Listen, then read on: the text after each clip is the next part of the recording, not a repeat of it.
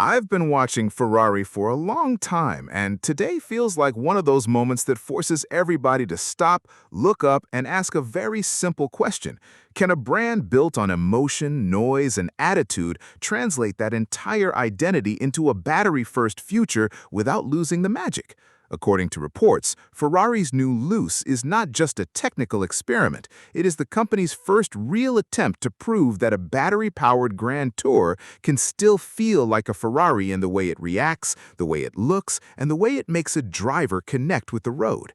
And right away, this thing makes a statement before it even moves. The shape is dramatic, the proportions are unfamiliar, and the whole design feels like Ferrari took its usual rulebook, gave it a very expensive coffee, and then rewrote half of it with love from the outside design studio led by Johnny Ive and Mark Newson.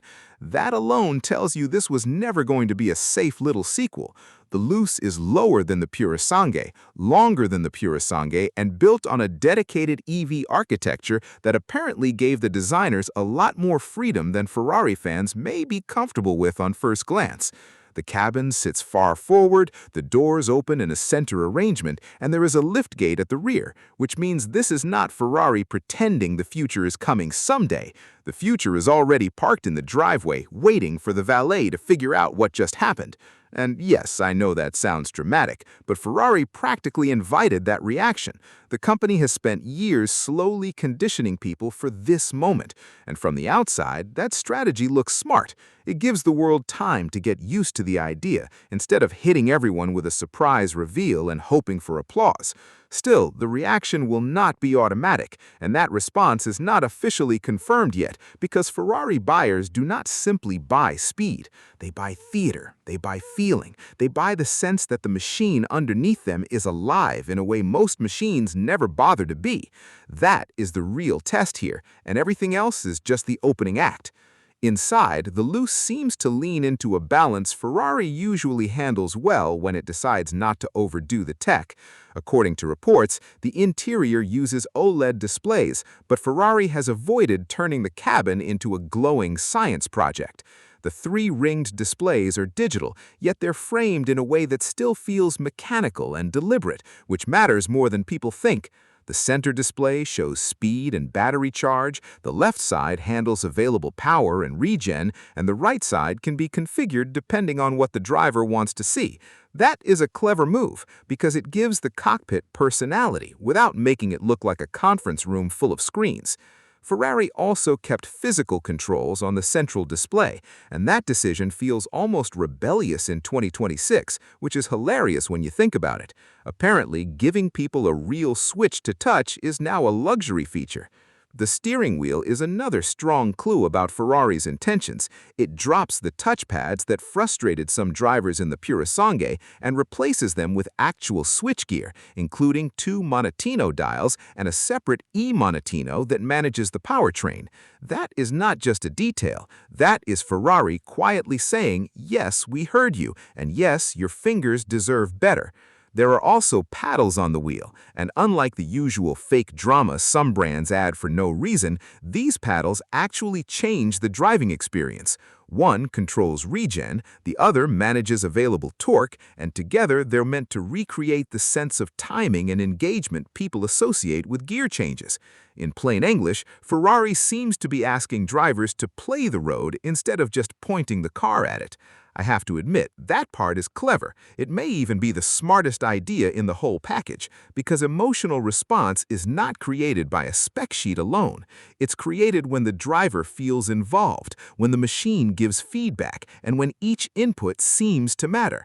That is the kind of thing buyers at this level notice immediately, even if they pretend not to.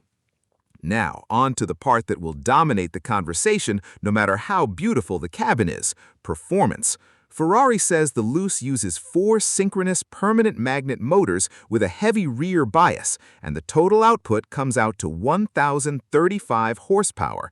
That's an absurd number in the best possible way, and it puts the Luce at the top of Ferrari's road-going power ladder. The front pair contributes 282 horsepower, while the rear pair delivers 831 horsepower. And the overall result is a machine Ferrari says can hit 62 miles per hour in 2.5 seconds and 124 miles per hour in 6.8 seconds, with a claimed top speed of 193 miles per hour. Those are not slow for a battery car numbers. Those are the kind of numbers that make people sit up straighter and suddenly become very interested in range estimates, charging speed, and tire compound. Then there's launch mode, because apparently Ferrari looked at the future and decided it still needed one more dramatic gesture. It's activated through a pull handle in the overhead console, which is exactly the sort of theatrical engineering move Ferrari gets away with because, frankly, that's the brand. It optimizes traction, adds torque, and unlocks an extra burst of power. I love that. It feels a little unnecessary and completely perfect at the same time. Ferrari also appears to have thought hard about the experience of sound, which is where a lot of battery performance cars either get clever or get awkward. According to reports, Ferrari didn't simply copy a classic engine note and call it a day. Instead, the company developed a system that captures mechanical noise from the rear axle, processes it, and uses that as the basis for the cabin sound. That approach is far more interesting than imitation because it tries to preserve authenticity instead of nostalgia. In other words, Ferrari isn't trying to cosplay its past. It's trying to build a new personality that still feels consistent with the old one. The sound changes with driving mode, too.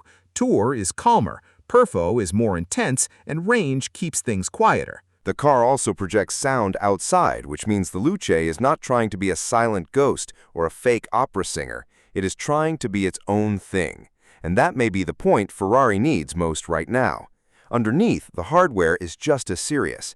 The battery pack is a 122 kilowatt-hour structural unit designed and built by Ferrari, and the car uses an 800-volt system that can charge at up to 350 kilowatts. That matters because it suggests Ferrari is not outsourcing the heart of the car and hoping for the best. It is treating the battery, motors, and architecture like core Ferrari components, not borrowed parts in a fancy suit. Ferrari estimates a WLTP range of around 330 miles, which would land closer to about 280 miles under EPA-style testing. For a car with this level of performance, that is not trivial at all. It means the Luce is trying to be usable, not just impressive for 15 minutes. The chassis setup is equally ambitious. There's four-wheel steering, torque vectoring across both axles, and an active suspension system that reportedly borrows ideas from the F80 and evolves the dampers used in the Purosangue and F80. The brakes are substantial, the wheels are massive, and Ferrari says the staggered 23-inch front and 24-inch rear wheels are the largest ever fitted to a road-going Ferrari. Again, that sounds less like transportation and more like a rolling demonstration that engineers have been given a blank check and a deadline. But here's where the story gets really interesting. The Luce is not just a car reveal, it's a positioning move. Ferrari is stepping into a market where luxury performance buyers are still deciding how they feel about battery power at this level. According to reports, demand in this segment is not simple, and other brands have already shown hesitation. Lamborghini has pulled back from its own battery plans, and both McLaren and Aston Martin have been careful, cautious, or delayed in their own approaches. That context matters because Ferrari is not entering a warm, crowded welcome party. It's walking into a room where the music stopped for a second and everyone is waiting to see who speaks first. Ferrari naturally chose to speak first and loudly. Pricing is equally bold. In Europe, the Luce is expected to start around 550,000 euros, which tells you this is not being sold as a compromise or a starter model. It's being sold as a statement, and in Ferrari land, statements are part of the product. The US launch is slated for the second quarter of 2027, which means the conversation will only get louder between now and then. I suspect that delay is intentional. It gives Ferrari time to let curiosity build, and curiosity is one of the strongest currencies in the luxury world. Still, there's a big question hanging over all of this, and it's the only one that really matters in the end. Will people feel something when they drive it? Not just respect, not just admiration, not just a nod to the engineering. I mean real emotional pull, the kind that makes someone step out of the car and immediately want to drive it again. That's the Ferrari standard, and that's why this reveal matters so much. The Luce doesn't need to convince everyone. It only needs to convince the people who care most about what Ferrari stands for, and that group is famously hard to impress, which is exactly why this launch is fascinating. My honest take is this: Ferrari deserves credit for not playing it safe. It would have been easy to build something polite, slightly fast, and thoroughly forgettable. Instead, it built something unusual, technically serious, and emotionally ambitious. That's a much harder path, and it's also the only one that makes sense for a company like Ferrari. Maybe the Luce becomes the template for what a future Ferrari should be. Maybe it becomes the first chapter in a very different kind of legend. Or maybe the market decides that old habits die hard, and the brand has a longer road ahead than anyone wants to admit. For now, though, Ferrari has done what it set out to do. It made the world pay attention. And in the luxury world, attention is not a side effect. It's the whole game. The real question is whether the Luce can turn that attention into desire, and whether desire is enough when the soul of the brand is on the line. And one detail that shouldn't get overlooked is how much practicality Ferrari is building into the conversation this time. The Luce is a 4-door, 5-seat model, which is a first for the brand, and according to reports, it also has the largest trunk Ferrari has ever offered. That alone tells me Ferrari understands the modern super-luxury buyer better than people might assume. A lot of wealthy buyers don't want a machine that only looks brilliant at a standstill. They want something they can actually use, whether that means airport runs, weekend escapes, or simply having a car that feels dramatic without feeling impractical every time the driveway is involved. The Luce seems designed to answer that demand without losing the brand's sense of occasion.